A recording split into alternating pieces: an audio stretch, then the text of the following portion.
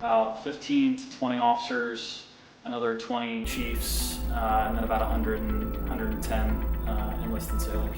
I kind of joined because my grandfather was in the Navy, my other grandfather was in the Army.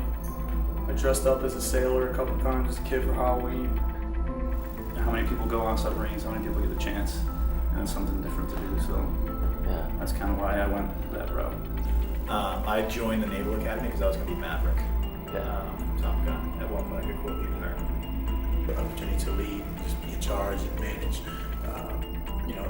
a multi-billion-dollar piece of machinery and engineering mastery that can, submerge underwater for months at a time and sustain life and still be able to conduct part of a mission, which is defense. What most people don't realize is that once you shut the hatch, you're completely out of touch for 30 days, 60 days, 90 days, whatever it is.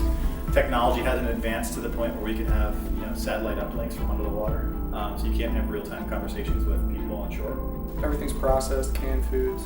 That kind of dictates how long you're out for, how much food you can carry. So when Anchorman came out, that was back when I was on the boat, they played it so much. I didn't get to sit down and see it. They played it so much the tape broke.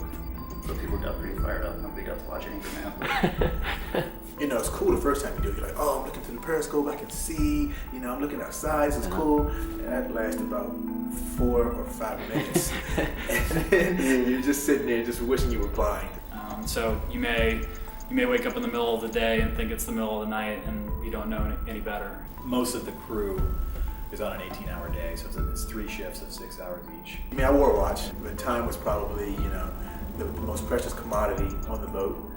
There was never enough of it. Think about the fact that you're a couple thousand miles from, the nearest land, a couple hundred feet under the water. You're trusting your life to some people who you may not know all that well. The most interesting thing about a submarine is the unknown, just not knowing what it's really like down there. You're thousands of miles from land and you surface the submarine and you jump off and swim in the middle of the ocean. So that was pretty wild.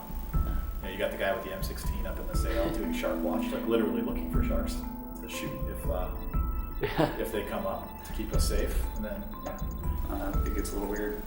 But going out for a couple months, pull back in, there's new movies in the theaters. Sports teams have done these things that you didn't get to see, so there's a whole lapse in time that you kind of got to catch up on when you get back.